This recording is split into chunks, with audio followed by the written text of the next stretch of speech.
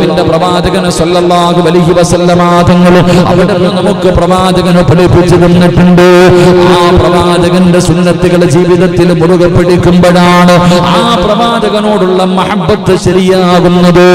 ആ മഹബ്ബത്തുള്ളതിന്റെ അടയാളമാണ് ഇത്തിബാഉ നബി സല്ലല്ലാഹു അലൈഹി വസല്ലം. പ്രവാചകനെ പിൻപറ്റുന്നത് ആ പ്രവാചകനോടുള്ള സ്നേഹത്തിന്റെ അടയാളമാണ്. ആ സുന്നത്തുകളെ ജീവിതത്തിൽ മുറുകെ പിടിക്കുന്നവർക്കാണ് അല്ലാഹുവിന്റെ പ്രവാചകൻ ഒരുപാട് പ്രതിഫലങ്ങൾ അവിടെ നിന്ന് പറഞ്ഞു തരുന്നത്, ഒരുപാട് ഓഫറുകൾ നമുക്ക് പറഞ്ഞു തരുന്നത്. അതുകൊണ്ട് എന്റെ പ്രിയമുള്ളവരെ, പ്രവാചകന്റെ ഒരു സുന്നത്തിനെ കുറിച്ച് നമുക്ക് പഠിക്കാം. റബീഉൽ അവ്വൽ 12 കഴിഞ്ഞുപോയി, ഇനി ഒരുപാട് റബീഉൽ അവ്വൽ കടന്നു വരുന്നുണ്ട്.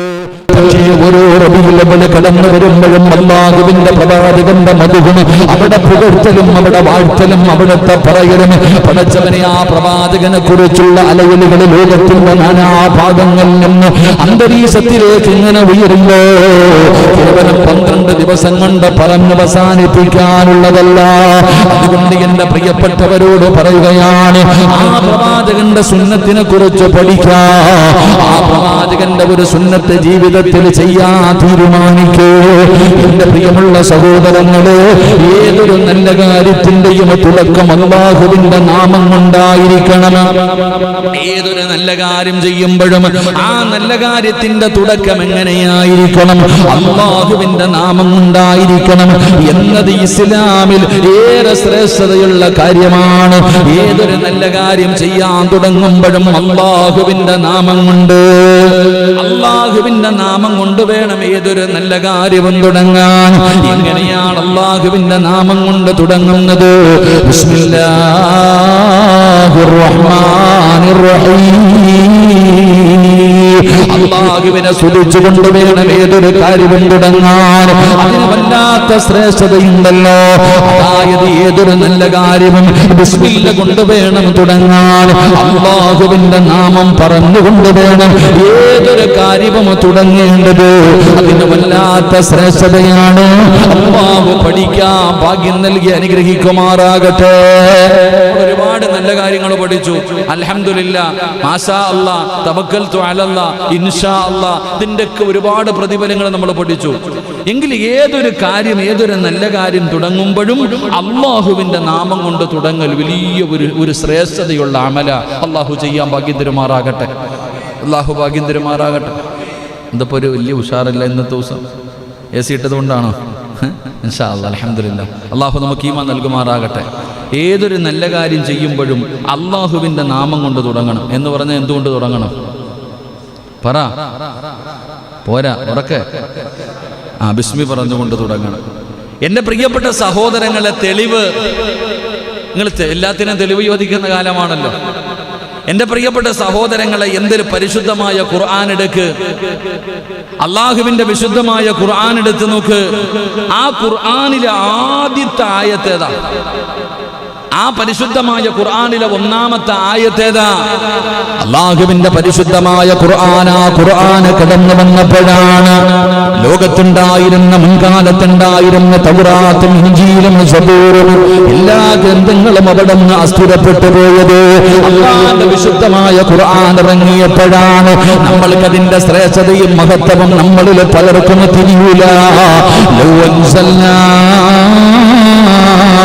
هذا القرآن على جبل لرأيته خاشعا متصدعا من خشية الله وتلك الأمثال نضربها.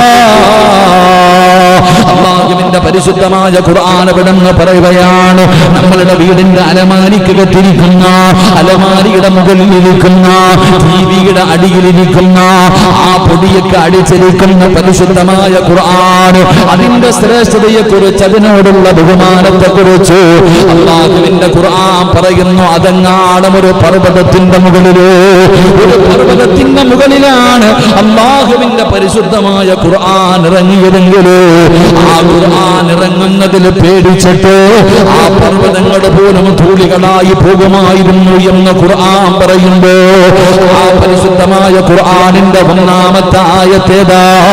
40ാമത്തെ വയസ്സിൽ അല്ലാഹുവിന്റെ പ്രവാചകൻ അതാകാരസപുരം എന്ന് പറയുന്ന ഗുഹയ്ക്കകത്തിരിക്കുമ്പോ ആകാശ ലോകത്ത് നിന്ന് അതാ ഇറങ്ങി വരുന്ന മുഖറബുൽ അംലാക്ക് മലക്ക് ജിബ്രീൽ അലൈഹിസ്സലാം ഇറങ്ങി വരികയാണ്. പരിശുദ്ധമായ ഖുർആനിന്റെ ഒന്നാമത്തെ വാചകം ഓതുകയാണ്. ഇഖ്റഉ ബിസ്മി റബ്ബിക്കല്ലദീ ഖലഖ് ഖലഖൽ ഇൻസാന മിൻ അലഖ്.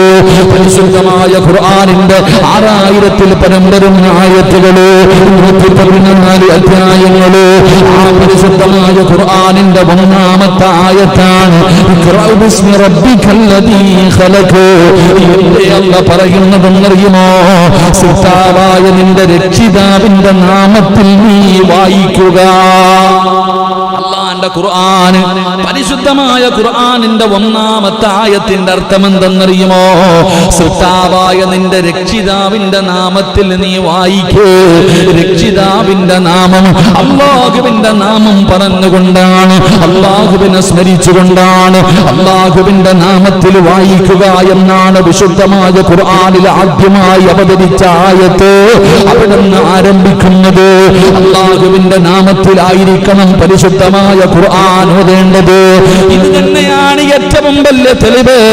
അല്ലാഹുവിന്റെ പരിശുദ്ധമായ ഖുർആൻ അവിടുന്ന് തുടങ്ങുമ്പോ ആദ്യത്തെ ആയത്ത് അല്ലാഹുവിന്റെ നാമത്തിലാണ്. അതുകൊണ്ട് പരിശുദ്ധമായ ഖുർആനിലെ 114 അധ്യായങ്ങളിൽ 113 അല്ലാഹുവിന്റെ നാമത്തിൽ വേണം തുടങ്ങാൻ. ബിസ്മി പറഞ്ഞിട്ട് വേണം തുടങ്ങാൻ. ഒരേ ഒരായത്ത്, ഒരേ ഒരു സൂറത്ത് മാത്രം, സൂറത്ത് തൗബ മാത്രം. എന്റെ പ്രിയപ്പെട്ടവരെ, ആ ഒരൊറ്റ അധ്യായം ഒഴിച്ച് ബാക്കി മുഴുവനും എന്റെ പ്രിയപ്പെട്ടവരെ ബിസ്മി പറഞ്ഞുകൊണ്ട് വേണം തുടങ്ങാൻ. എന്റെ പ്രിയപ്പെട്ടവരെ, അതാ അവിടെന്ന് പറയുന്ന ഏതൊരു നല്ല കാര്യവും അല്ലാഹുവിന്റെ വിശുദ്ധമായ ഖുർആനിൽ 114 അധ്യായങ്ങളുണ്ട്.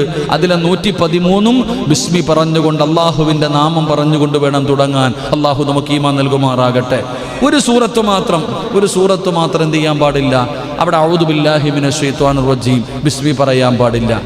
അതിനും പകരമായിട്ട് വേറൊരു ബിസ്മി വേറെ സൂറത്തിലുണ്ട്.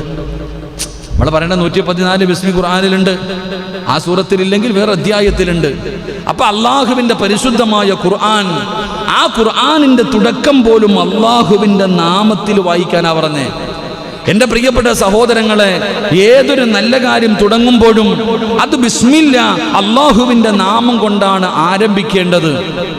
നബി സല്ലല്ലാഹു അലൈഹി വസല്ലമ തങ്ങളുടെ ചര്യയിൽ പൊതുവേ അത് നമുക്ക് കാണപ്പെടാം. പ്രവാചകൻ സല്ലല്ലാഹു അലൈഹി വസല്ലമ തങ്ങളുടെ ചരിത്രം നമ്മൾ നോക്കുമ്പോൾ അള്ളാഹുവിന്റെ പ്രവാചകൻ സല്ലല്ലാഹു അലൈഹി വസല്ലമ തങ്ങൾ അവിടെ നിന്ന് ഏത് നല്ല കാര്യം ചെയ്യാൻ തുടങ്ങുമ്പോഴും ബിസ്മി പറഞ്ഞുകൊണ്ടാണ് തുടങ്ങിയിരുന്നത്.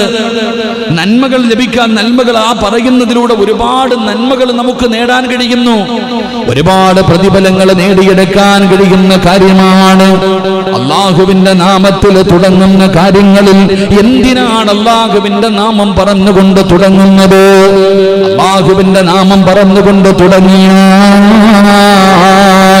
എന്തിനാ ഉസ്താദേ ബിസ്മി പറഞ്ഞുകൊണ്ട് തുടങ്ങുന്നത്? അങ്ങനെ തുടങ്ങിയാലുള്ള പ്രതിഫലം എന്തെന്നറിയുമോ? അവൻ അല്ലാഹുവിന്റെ സഹായം ലഭിക്കുമെന്ന് ആദരവായ പ്രവാചകൻ നബി മുഹമ്മദ് മുസ്തഫ സല്ലല്ലാഹു അലൈഹി വസല്ലമ തങ്ങൾ പറയുകയാണ്, അല്ലാഹുവിന്റെ നാമത്തിലാണ് തുടങ്ങുന്നതെങ്കിൽ പടച്ചവനെ റബ്ബിന്റെ സഹായം ലഭിക്കാനത് കാരണമാണ്. ഒരുപാട് ചരിത്രങ്ങൾ കാണുമല്ലോ എന്റെ പ്രിയപ്പെട്ടവരെ. ഇബ്നു ആസിബ് റളിയല്ലാഹു തആല അൻഹു പറയുകയാണ്, അല്ലാഹുവിന്റെ പ്രവാചകന്റെ പ്രിയപ്പെട്ട സ്വഹാബിയാണ് ഇബ്നു ആസിബ് റളിയല്ലാഹു തആല അൻഹു. നബി സല്ലല്ലാഹു അലൈഹി വസല്ലമ തങ്ങൾ അവിടുന്ന് ഞങ്ങളോടൊപ്പം ഖന്തക്കിന്റെ കുഴി കുഴിക്കുകയാ. ഖന്തക്ക് എന്ന് പറയുന്ന രണാങ്കണം വല്ലാതെ പഠിക്കാനുള്ളതാണ്. ഒരുപാട് കഷ്ടപ്പാടിനിടയിൽ നടന്ന യുദ്ധമാണ് ഖന്തക്ക് യുദ്ധം. ബിസ്മില്ലയുടെ പ്രതിഫലം കേൾക്കണോ, ശ്രേഷ്ഠത കേൾക്കണോ, എങ്ങനെയാണ് അല്ലാഹു സഹായിക്കുന്നതെന്നറിയണോ? മഹാനായ ബർറാ ഇബ്നു ആസിബ് റളിയല്ലാഹു തആല അൻഹു പറയുകയാണ്, ഖന്തക്കിൽ കിടങ്ങു കുഴിക്കുകയാണ്. അല്ലാഹുവിന്റെ പ്രവാചകൻ സല്ലല്ലാഹു അലൈഹി വസല്ലമ തങ്ങള് അവിടുന്ന് ഞങ്ങളോട് പറഞ്ഞു, സ്വഹാബാ ഖന്തക്കിൽ കുഴി കുഴിക്കാൻ പറയുകയാണ്, വലിയ വലിയ കിടങ്ങുകൾ കുഴിക്കുകയാണ്. അവിടുന്ന് പടച്ചവനെ എന്തൊക്കെ കുഴിച്ചുകൊണ്ടിരിക്കുമ്പോ, അതാ കിടങ്ങ് കുഴിച്ചുകൊണ്ടിരിക്കുമ്പോ ഒരു വലിയ പാറ കാണുകയാ, ഒരു ശക്തിയുള്ള പാറ കാണുകയാണ്. പടച്ചവനെ, പെട്ടെന്നൊരു കഥാ പാറ ഇങ്ങനെ പ്രത്യക്ഷപ്പെടുകയാണ്. എത്ര വെട്ടിയിട്ടും പടച്ചവനെ അവിടെ നിന്ന് പൊട്ടിക്കാൻ കഴിയുന്നില്ല. സ്വഹാബികൾ മുഴുവനും മാറി മാറി നിൽക്കുകയാണ്. ആ ഭയാനകമായ പാറ പൊട്ടിക്കാൻ കഴിയുന്നില്ല. സ്വഹാബത്ത് പ്രയാസപ്പെട്ടപ്പോ അല്ലാഹുവിന്റെ പ്രവാചകന്റെ മുന്നിലേക്ക് സ്വഹാബത്ത് വന്നിട്ട് പറയുന്നു, നബിയേ, യാ റസൂലല്ലാഹ്, അല്ലാഹുവിന്റെ പ്രവാചകരെ, അതാ കിടന്നു പിടിക്കുന്ന വലിയ ഒരു പാറ വന്നിരിക്കുകയാണ്. ഞങ്ങൾ എത്ര പരിശ്രമിച്ചിട്ടും അത് പൊട്ടുന്നില്ല. ഞങ്ങൾ വളരെ പ്രയാസത്തിലാണ്. അല്ലാഹുവിന്റെ പ്രവാചകൻ സല്ലല്ലാഹു അലൈഹി വസല്ലമ തങ്ങളോട് അവിടുന്ന് ചെന്ന് പറയുമ്പോ മുത്തുനബി അവിടേക്ക് കടന്നു വരികയാണ്.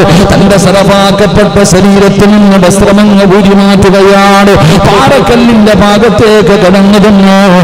എന്നിട്ട് മൺവെട്ടിയെടുത്തിട്ട് അല്ലാഹുവിന്റെ പ്രവാചകൻ അവിടെ നിന്ന് പറയുകയാ, ബിസ്മി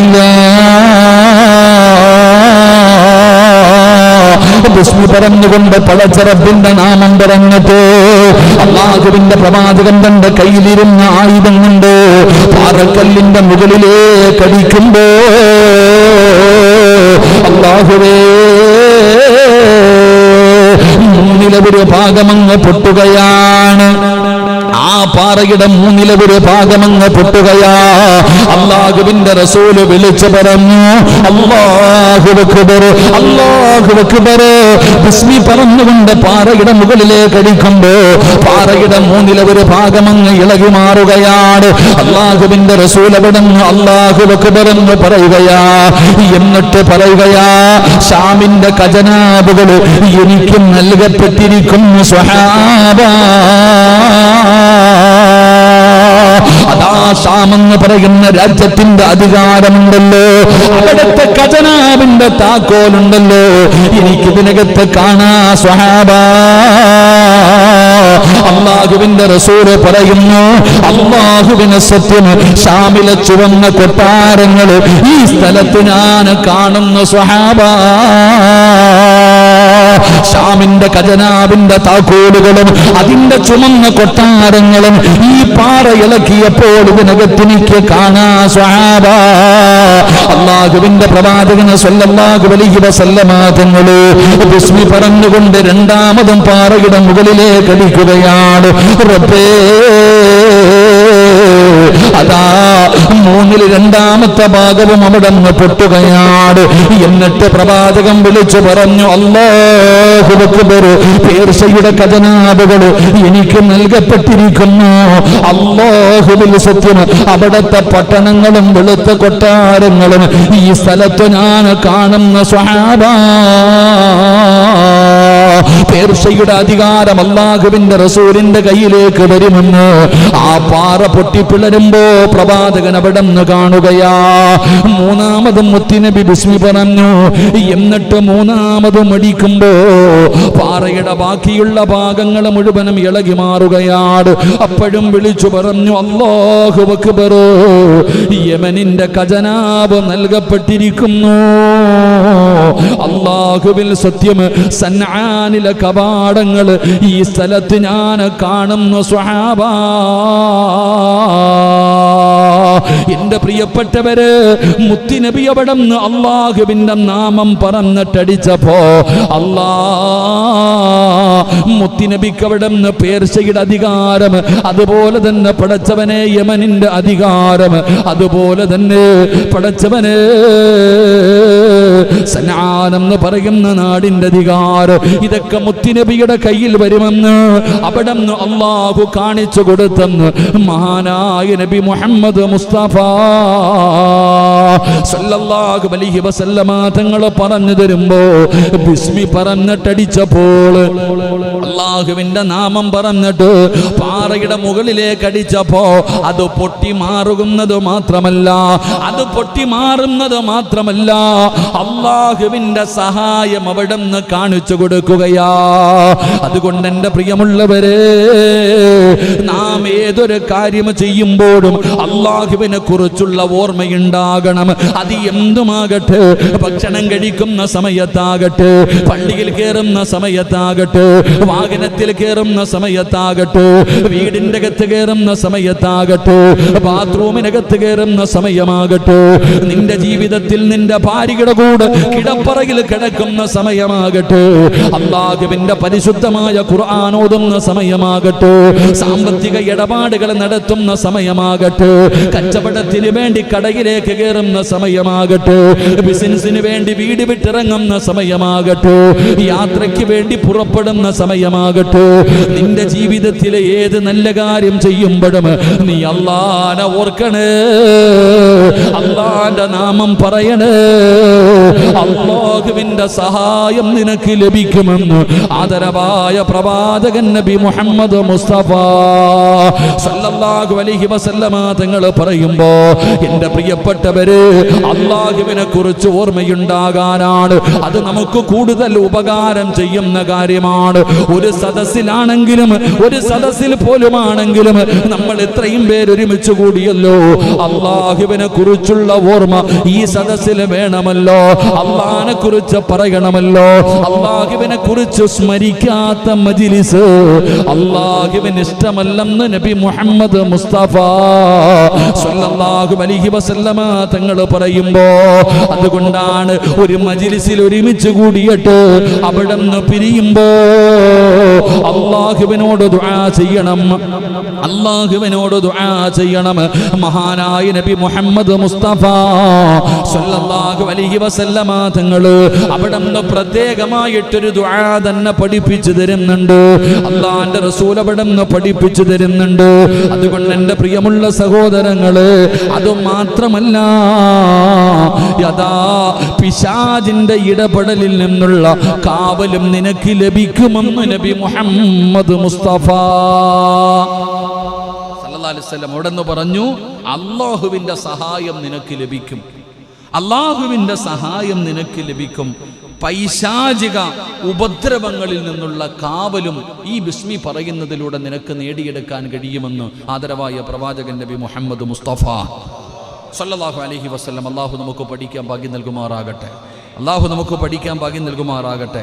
എൻ്റെ പ്രിയപ്പെട്ട സഹോദരങ്ങളെ, അൻ അബി മലീഹ് അൻ റജുലിൻ ഖാല കുന്തു റദീഫൻ നബി സല്ലല്ലാഹു അലൈഹി വസല്ലം ഫഅസർതു, അവിടെ നിന്ന് പറയുകയാണ്, അബുൽ മലീഹ് റളിയല്ലാഹു തആല അൻഹു മഹാനവറുകൾ അവിടെ നിന്നൊരു സംഭവം വിവരിക്കുകയാണ്. അല്ലാഹുവിന്റെ പ്രവാചകൻ സല്ലല്ലാഹു അലൈഹി വസല്ലമ തങ്ങളുടെ സ്വഹാബി പറയുകയാണ്, ഒരു വ്യക്തിയിൽ നിന്ന് നിവേദനം അദ്ദേഹം പറയുകയാണ്, നബി സല്ലല്ലാഹു അലൈഹി വസല്ലമ തങ്ങളുടെ വാഹനത്തിന്റെ പിന്നിലിരുന്ന് പോകവേ പ്രവാചകൻ സല്ലല്ലാഹു അലൈഹി വസല്ലമ തങ്ങളുടെ വാഹനത്തിന്റെ പുറകിലിരുന്ന് ഇങ്ങനെ പോകുമ്പോ മൃഗം താഴെ വീണു. അവിടെ നിന്ന് മൃഗമങ്ങ് താഴെ വീഴുകയാണ്. അപ്പോൾ നബി സല്ലല്ലാഹു അലൈഹി വസല്ലമ തങ്ങൾ പറഞ്ഞു, പിശാച് നശിക്കട്ടെ. എന്റെ പ്രിയപ്പെട്ട സഹോദരങ്ങള്, ആ സ്വഹാബി പറയുകയാണ്, അല്ലാഹുവിന്റെ പ്രവാചകൻ സല്ലല്ലാഹു അലൈഹി വസല്ലമ തങ്ങളുടെ പുറകിലിരുന്ന് കൊണ്ടൊരു വാഹനത്തിൽ ഇങ്ങനെ സഞ്ചരിക്കുമ്പോ പെട്ടെന്ന് വാഹനം അങ്ങ് താഴെ വീഴുകയാണ്. ഉടനെ ആ മനുഷ്യൻ പറയുകയാ, പിശാചു നശിക്കട്ടെ. അല്ലാഹുവിന്റെ റസൂൽ അപ്പോൾ പ്രവാചകൻ അവിടെ നിന്ന് പറഞ്ഞ മറുപടി എന്തെന്നറിയുമോ? പിശാച് നശിക്കട്ടെ എന്ന് നിങ്ങൾ പറയരുത്. നബി സല്ലല്ലാഹു അലൈഹി വസല്ലമ തങ്ങള് സഹാബി പറയുന്നു, പ്രവാചകന്റെ പുറകിലിരുന്ന് ഇങ്ങനെ യാത്ര ചെയ്യുമ്പോൾ പെട്ടെന്ന് വാഹനം താഴെ വീണ ഉടനെ ആ മനുഷ്യൻ പറഞ്ഞു, പിശാച് നശിക്കട്ടെ. ഉടനെ നബി സല്ലല്ലാഹു അലൈഹി വസല്ലമ തങ്ങൾ പറഞ്ഞു, അങ്ങനെ പറയരുത്, പിശാച് നശിക്കട്ടെ എന്ന് നിങ്ങൾ പറയരുത്. കാരണം നിങ്ങൾ അങ്ങനെ പറയുമ്പോൾ, ഒരാൾ പിശാച് നശിക്കട്ടെ എന്ന് പറയുമ്പോൾ അവൻ അഹങ്കാരം കൊണ്ട് അവൻ വലുതാകുമെന്ന് നബി മുഹമ്മദ് മുസ്തഫ. പിശാച് നശിക്കട്ടെ എന്ന് പറയുമ്പോൾ അപ്പൊ ഇബ്ലീസിന് വലിയ സന്തോഷമാണ്. എന്താണ് സജീനോടെ പോയിരിക്കുന്നത്? പിശാച് നശിക്കട്ടെ എന്ന് പറയുമ്പോൾ അഹങ്കാരം കൊണ്ട് വലുതായി ഒരു വീട് പോലെ ആകുമെന്ന് നബിഗുനാ റസൂലുള്ളാഹി സ്വല്ലല്ലാഹു അലൈഹി വസല്ലം. അപ്പൊ ഞാൻ കാരണമായി ഇത് വീണത് ഒരു തോന്നൽ വരത്തില്ലേ? ചില പറയത്തില്ലേ, എന്നാ ഒറ്റ ഒരാൾ വിചാരിച്ചപ്പോൾ ഓൻ്റെ പണി പോയി, കണ്ടില്ലേ, പുറത്താക്കി കളഞ്ഞു. അപ്പൊ നമ്മളങ്ങനെ നെളിയ. അപ്പൊ ഇബ്ലീസ് നശിക്കട്ടെ എന്ന് പറഞ്ഞാൽ ഇബ്ലീസിന് സന്തോഷമാണ്. കാരണം എന്തേ? ഞാൻ കാരണമാണല്ലോ അത് താഴെ വീണത്. അപ്പൊ അവൻ അഹങ്കാരം കൂടുകയാ. അത് വലിയ ഒരു വീട് പോലെയായി അവൻ മാറും. അവൻ പറയും, എൻ്റെ കഴിവ് കൊണ്ടാണ് ഇത് സംഭവിച്ചത്, എൻ്റെ കഴിവ് കൊണ്ടാണ് ഇത് സംഭവിച്ചത് എന്നവൻ പറയും. അതുകൊണ്ട് നബി സല്ലല്ലാഹു അലൈഹി വസല്ലമ തങ്ങൾ പറഞ്ഞു, നിങ്ങൾ അങ്ങനെ പറയരുത്, പിശാച് നശിക്കട്ടെ എന്ന് നിങ്ങൾ പറയരുത്. അല്ലാഹുവിന്റെ പ്രവാചകൻ സല്ലല്ലാഹു അലൈഹി വസല്ലമ തങ്ങൾ പറയുകയാണ്, അല്ലാഹുവിന്റെ റസൂൽ പറയുകയാ,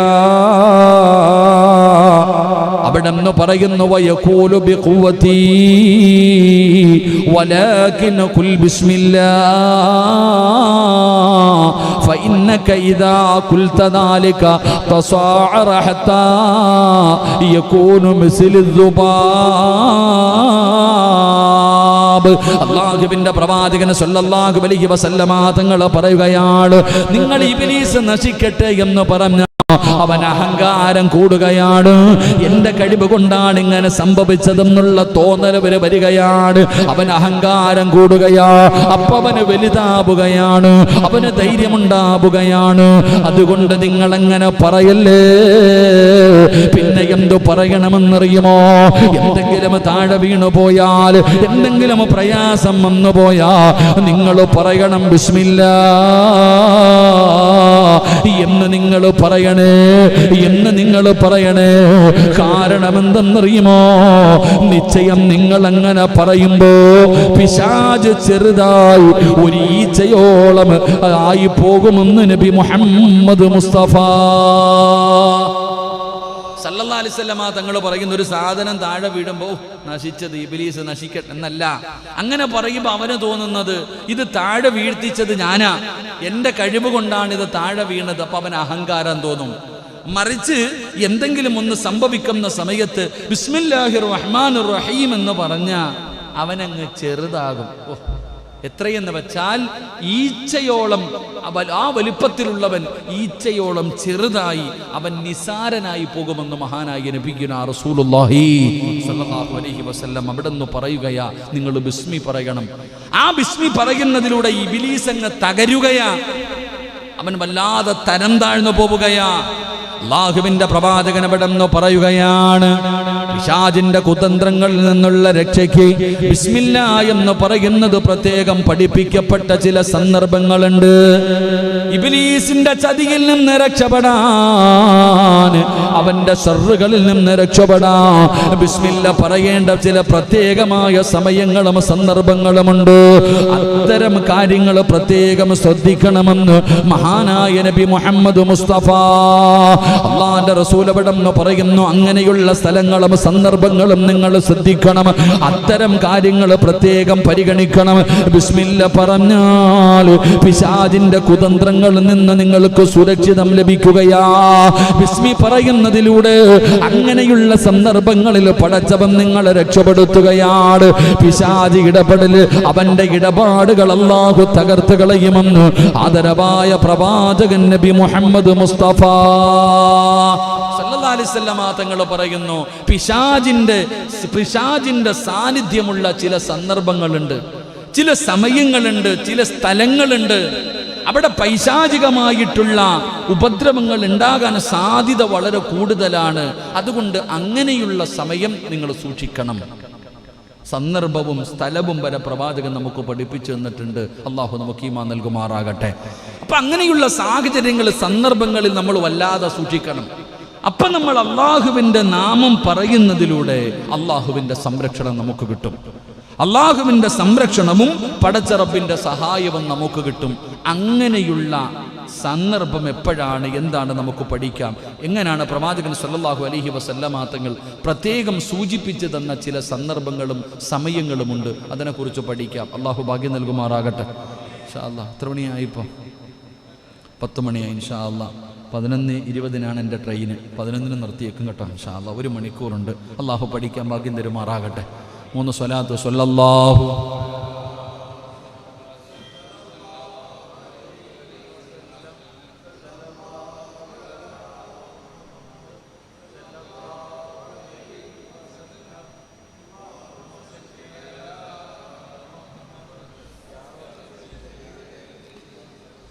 അള്ളാഹു സ്വീകരിക്കുമാറാകട്ടെ.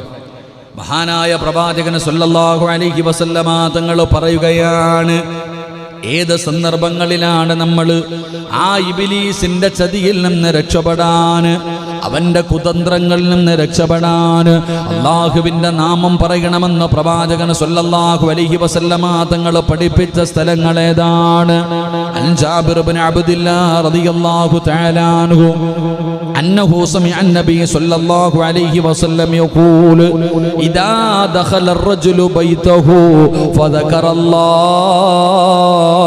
ഇന്ദ ദുഖൂലിഹി വഇന്ദ തുആമിഹി قال الشيطان لا مبيت لكم ولا عشاء وإذا دخل فلم يذكر الله عند دخوله قال الشيطان أدركتم المبيت وإذا لم يذكر الله عند الطعام قال أدركت المبيت والعشاء.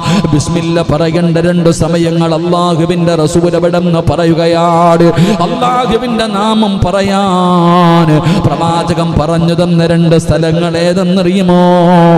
ഒന്ന്, വീട്ടിലേക്ക് പ്രവേശിക്കുമ്പോ നീ കഷ്ടപ്പെട്ട് നിന്റെ സമ്പത്ത് കൊണ്ട് പണിത് വെച്ചിരിക്കുന്ന നിന്റെ ഭവനമുണ്ടല്ലോ, സമാധാനത്തോടെ ഒന്ന് കിടന്നുറങ്ങാൻ നീ പണിതിരിക്കുന്ന നിന്റെ വീടുണ്ടല്ലോ, അല്ലാഹു നിനക്ക് അനുഗ്രഹമായി തന്ന, അല്ലാഹു നിനക്ക് അനുഗ്രഹമായി തന്ന നിന്റെ വീടുണ്ടല്ലോ, ആ വീട്ടിലേക്ക് കിടക്കുമ്പോ നീ ബിസ്മി പറയണേ മനുഷ്യ. അല്ലാഹുവിന്റെ നാമം പറഞ്ഞിട്ട് വേണം നീ കിടക്കാൻ. റസൂലുള്ളാഹി പറയുകയാ, അതുപോലെ തന്നെ നീ ഭക്ഷണം കഴിക്കുമ്പോ അല്ലാഹു നിനക്ക് തരുന്ന ഒരു നിഅമത്താണ് ഭക്ഷണം. അല്ലാഹു നിനക്ക് തരുന്ന ഒരു നിഅമത്താണ് ഭക്ഷണം. അത് സാധാരണ ഒരു നിഅമത്തല്ല. ഭക്ഷണം നമ്മൾക്ക് അല്ലാഹു തരുന്ന നിഅമത്താ. വീടും ഭക്ഷണവും പടച്ചവൻ തരുന്ന ഒരു നിഅമത്താണ്. പക്ഷേ ഇന്ന് നമുക്കത് തിരിയില്ലല്ലോ.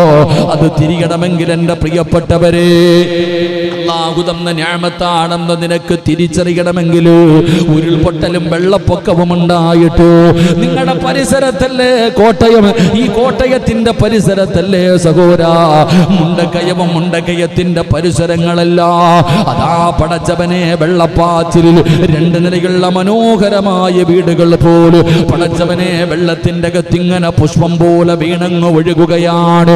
പടച്ചവനെ കാണിച്ചു കൊടുക്കുന്നു, ഇവിടെ ഒരു വീടുണ്ടായിരുന്നു, അതിനകത്ത് ആളുകൾ ഉണ്ടായിരുന്നു. ഒരസരം കാണാത്ത രീതിയിൽ പടച്ചവനെ അല്ലാഹുവിന്റെ ദുരന്തം ഇങ്ങനെ കടന്നു വന്നപ്പോ, ഉരുള് പൊട്ടിയപ്പോ, വെള്ളപ്പാച്ചിലുണ്ടായപ്പോ സമ്പാദിച്ചത് മുഴുവനും ഒറ്റ നിമിഷം കൊണ്ട് തകർന്നു പോവുകയാണ്. എത്രയോ വീടുകൾ ഒലിച്ചുപോയി. എത്രയോ പേര് തന്റെ ജീവിതകാലം മുഴുവനും അധ്വാനിച്ചത് മുഴുവനും ഒറ്റയടിക്ക് ഇന്നലത്തെ പണക്കാരൻ ഒന്നുമില്ലാത്തവനെ പോലെ, അവൻ ആധാറില്ല, റേഷൻ കാർഡില്ല, പാസ്ബുക്ക് ഇല്ല, പണത്തിന്റെ ഒന്നുമില്ല, സർവ്വതും നഷ്ടപ്പെട്ടു പോയി. ഇട്ടിരിക്കുന്ന വസ്ത്രമല്ലാതെ ഒന്നുമില്ലാതെ സർവ്വതും നഷ്ടപ്പെട്ടു പോയി. എത്രയോ പേര് പടച്ചവരെ അല്ലാഹുവേ, ഒരു കുടുംബത്തിലെ 3-4 മക്കളാണ്. അവസാനം ജനാസ എടുക്കുമ്പോ മണ്ണിനടിയിൽ കെട്ടിപ്പിടിച്ച് കിടക്കുന്ന കൂടപ്പറപ്പുകളുടെ ചിത്രം കണ്ടവരെ, എന്തേ നമ്മൾ മനസ്സിലാക്കാത്തത്? അല്ലാഹു നമുക്കിങ്ങനെ മനോഹരമായ വീട് തന്നപ്പോ, കഴിക്കാ സുഭിക്ഷമായ ഭക്ഷണം തന്നപ്പോ, അല്ലാഹു നമുക്കൊരുപാട് അനുഗ്രഹങ്ങൾ ചെയ്തു തരുമ്പോ നമ്മൾ പലപ്പോഴും മറന്നു പോവുകയാണ്. ഇപ്പോഴും നമ്മൾ പറയുകയാണ്, എവിടെയൊക്കെ വെള്ളം കയറിയാലും പായിപ്പാട് വെള്ളം കയറൂല. കാരണം പായിപ്പാട് ഭൂമിയിൽ നിന്ന് ഉയർന്ന സ്ഥലമാ. നമ്മൾ പറയണ കാരണം എന്താ? മോനെ, ആരാടാ പറഞ്ഞത് വെള്ളം കേറില്ലെന്നാരാ പറഞ്ഞത്? തിരുവല്ല വരെ വന്നില്ലേ? ഇപ്പൊ കാഞ്ഞരപ്പള്ളി മുങ്ങിയില്ലേ? ഇവിടെ അടുത്ത സ്ഥലം പടച്ചവനെ പലതും നിങ്ങളുടെ പരിസരത്ത് മുങ്ങിയില്ലേ? അല്ലാഹുവിന് കഴിയുമല്ലോ, അല്ലാഹുവിന് കഴിയുമല്ലോ. മഹാനായ നൂഹ് നബി അലൈഹിസ്സലാം അതാ തന്റെ പ്രിയപ്പെട്ട പൊന്നുമകനെ തൂഫാൻ എന്ന് പറയുന്ന വെള്ളത്തിന്റെ അകത്ത് മുങ്ങുമ്പോ നൂഹ് നബി പറഞ്ഞു, യാ ബുനയ്യ മോനെ, വാപ്പയുടെ വാഹനത്തിൽ കേറടാ, നീ രക്ഷപ്പെടില്ലടാ മോനെ. ഇല്ല വാപ്പാ, കാണുന്ന മലയുടെ മുകളിൽ കയറിയിട്ട് ഞാൻ രക്ഷപ്പെടും. അങ്ങനെ പറഞ്ഞേ. ഇപ്പൊ നമ്മള് പറയണ എന്താ? പടച്ചവനെ, തിരുവല്ലയിലൊക്കെ അല്ലേ, അവിടെ പുഴയുണ്ട്, നദിയുണ്ട്, പായിപ്പാട് എന്തുണ്ട് ഇല്ലേ? പായിപ്പാട് എന്തിലുണ്ടോ? വെള്ളപ്പൊക്കം ഒരിക്കലും വരൂല എന്നാ വിചാരിച്ച്. ഇവിടെ വെള്ളപ്പൊക്കം ഒന്നും വരത്തില്ല. ചിലപ്പോൾ അള്ളാഹ് ഭൂമി അങ്ങ് കുലുക്കിയാലോ സർവ്വതും പോവല്ലോ. അള്ളാഹ് ഈമാൻ നൽകുമാറാകട്ടെ. വെള്ളപ്പൊക്കവും ഉരുൾപൊട്ടലൊന്നും ഉണ്ടാവത്തില്ല, നദിയില്ല, ഉയർന്ന സ്ഥലത്ത് വെള്ളം വരൂല അല്ലേ? പക്ഷെ അള്ളാഹ്ക്ക് കുലുക്കാൻ പറ്റുമല്ലോ. ഒരു കാറ്റടിച്ച പറഞ്ഞങ്ങാതി എനിക്ക് പിന്നെ ആ ഒരു സമാധാനം പായിപ്പാട് പള്ളിയുടെ മുകളിൽ കയറിയാൽ മതി. എനിക്ക് സമാധാനമുണ്ട്. എനിക്കതിൻ്റെ മുകളിലെങ്കിലും കയറാം. നിങ്ങളെന്ത് ചെയ്യും? നമുക്കിവിടെ ആയതുകൊണ്ട് സേഫ്. അള്ളാഹുടെ പള്ളികൾ അള്ളാഹു നോക്കും. പടച്ചവൻ അള്ളാഹു രക്ഷപ്പെടുത്തുമാറാകട്ടെ. എൻ്റെ പ്രിയപ്പെട്ടവര്, നമ്മൾ കരുതണത് വരൂല്ലാന്നാ. നമ്മളിപ്പോൾ പഠിക്കേണ്ട ചില പാഠങ്ങളുണ്ട്. നമ്മൾ മനസ്സിലാക്കേണ്ടത്, ഈ ചെറിയ വെള്ളപ്പൊക്കം അല്ലേ, ഡാം ഒന്ന് തുറന്നു വിട്ടതേ ഉള്ളൂ. ഡാം തുറന്നു വിട്ടപ്പോൾ ഇത്രയും വെള്ളവും ഈ ജനങ്ങളൊക്കെ ഭീതി എന്തൊക്കെ ഇല്ലേ? മുല്ലപ്പെരിയാറെങ്ങാണൊന്ന് പൊട്ടിയാലൊന്ന് ആലോചിക്കേ. മുല്ലപ്പെരിയാർ അണക്കെട്ട് പൊക്കിയ ഇടുക്കി ജില്ല, എറണാകുളം ജില്ല വല്ലതും ഉണ്ടോ? ഷിപ്പുണ്ടോ? നെടുമ്പാശ്ശേരി എയർപോർട്ടുണ്ടോ? ഒന്നുമില്ല. ഇതൊക്കെ പറയുമ്പോൾ നമ്മൾ വിചാരിക്കണത് ചുമ്മാതെ കത്തിയടിക്കണതാണ്. പക്ഷെ ഇപ്പൊ തിരിഞ്ഞു. എടാ, ഒരു ചെറിയൊരു വെള്ളം ഡാം തുറന്നു, 2 ഷട്ടർ പൊക്കിയിട്ട് ഇത്തിരി വെള്ളം തുറന്നു വിട്ടപ്പോൾ തന്നെ ഇവിടെ സർവ്വതും മുങ്ങിപ്പോയി. അങ്ങനെയാണെങ്കിൽ ഈ അണക്കെട്ട് പൊട്ടിയാലോ? അള്ളാഹുവിൻ്റെ ഖുർആൻ ഒരു അണക്കെട്ടിനെ കുറിച്ച് പറയുന്നുണ്ട് പഠിക്കാൻ. മുല്ലപ്പെരിയാറ് പഠിക്കുന്നതിന് മുമ്പ് അള്ളാന്റെ ഖുർആൻ ഒരു അണക്കെട്ടിനെ കുറിച്ച് പറയുന്നുണ്ട്. ഭൂമിയിലെ ഏറ്റവും, ഭൂമിയിലെ സ്വർഗം, ദൈവത്തിന്റെ സ്വന്തം നാടെന്ന് നമ്മൾ പറയുന്നു. ഇതുപോലൊരു നാടിനെ കുറിച്ച് ഖുർആൻ പറയുന്നുണ്ട്. അള്ളാന്റെ ഖുർആൻ ഒരു നാടിനെ കുറിച്ച് പറഞ്ഞു തരുന്നുണ്ട്. ആ നാടിന്റെ പ്രത്യേകത എന്ന് പറഞ്ഞാൽ ഒരു രോഗവും ഇല്ല. ഇവിടെ കൊതുവ് ഇല്ലേ? ഈച്ചയില്ലാത്ത നാടുണ്ടോ? കൊതുവില്ലാത്ത നാടുണ്ടോ? പകർച്ചവ്യാധി ഇല്ലാത്ത നാടുണ്ടോ? അങ്ങനെ ഒരു നാടുണ്ടായിരുന്നു. ആ നാട്ടിൽ പകർച്ചവ്യാധിയില്ല. റസൂൽ അവിടെ നിന്ന് ഖുർആൻ പറയുന്നു, ഒരു പെണ്ണ് കുട്ട ഇങ്ങനെ തലയിൽ വെച്ചിട്ട് മരത്തിന്റെ ചുവട്ടിലൂടെ നടന്നു പോയാ മരത്തിൽ നിന്ന് പഴങ്ങൾ വീണിട്ട് നിറയും. അങ്ങനൊരു നാട്. പറിക്കൊന്നും വേണ്ട, ഖുർആൻ പറഞ്ഞതാ. ആ നാട്ടില് ഒരാൾ തലയിൽ കുട്ട വെച്ചുകൊണ്ട് മരത്തിന്റെ ചുവട്ടിലൂടെ അങ്ങോട്ട് ഇങ്ങോട്ട് നടന്നാൽ മതി, പഴങ്ങൾ വീണിട്ട് ആ കുട്ട നിറയും. അങ്ങനൊരു നാടുണ്ടായിരുന്നു. അള്ളാഹു ഇത്രയും അനുഗ്രഹം കൊടുത്ത, ഇത്രയും വല്ലാത്തൊരു കാലാവസ്ഥ, മൂന്നാറും കാശ്മീർ പോലൊന്നുമല്ല, ഒരു വല്ലാത്ത ഒരു കാലാവസ്ഥയായിരുന്നു.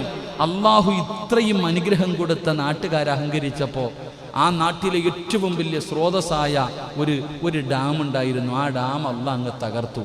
സർവ്വതും നഷ്ടപ്പെട്ടു പോയി. ഖുർആൻ ചരിത്രം പറയുന്നുണ്ട്. അള്ളാഹു കാക്കുമാറാകട്ടെ. അപ്പോഴാ പിന്നെ മുല്ലപ്പെരിയാറൊക്കെ പോട്ടെ. അള്ളാഹു നമുക്ക് ഈമാൻ നൽകുമാറാകട്ടെ.